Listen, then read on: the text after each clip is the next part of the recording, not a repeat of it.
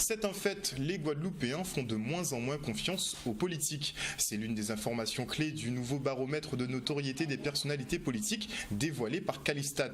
Si en mai dernier, 36% des sondés déclaraient avoir confiance dans leurs élus, la tendance est à la baisse quelques mois plus tard à 24%.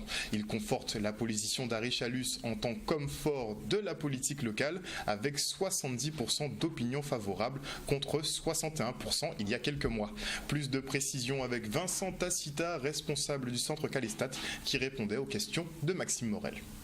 Depuis maintenant 16 ans un baromètre politique, simplement pour éclairer l'opinion publique quant à ses propres choix. C'est un baromètre que nous menons à la fois en Guadeloupe, en Martinique et en Guyane. Les indicateurs sont à peu près les mêmes que d'habitude, donc on mesure les taux de notoriété, les taux de confiance dans la classe politique et les taux de confiance dans les personnalités politiques.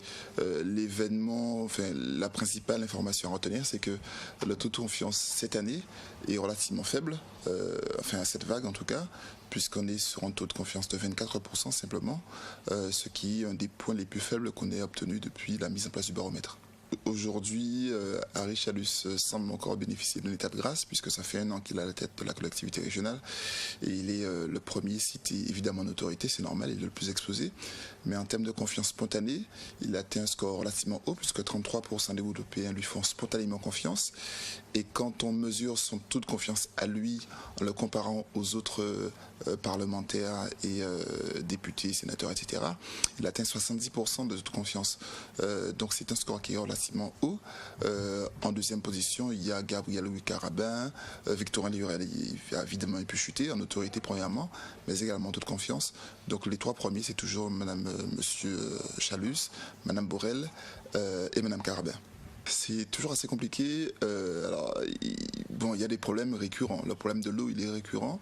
Les Guadeloupéens ont bien conscience que c'est un problème qui n'a pas été pris à bras le corps par les politiques et les sanctionnent par cette défiance. Mais il faut quand même garder à l'esprit que dans la plupart des démocraties éclairées, l'opinion publique affiche un taux de défiance concernant la classe politique. Les problèmes de chômage ne sont pas résolus, ici comme dans l'Hexagone. Quand on voit ce qui s'est passé en Angleterre avec le Brexit, on imagine que la classe politique, l'opinion publique britannique avait également sanctionné la classe politique. Donc c'est toujours compliqué dans les démocraties pour le politique de faire en sorte d'avoir une action publique qui soit correctement lue par l'opinion publique. Et en Guadeloupe, ça ne change pas. En Martinique, c'est pareil, en Guyane, c'est pareil. On a des taux de défiance qui sont toujours très élevés.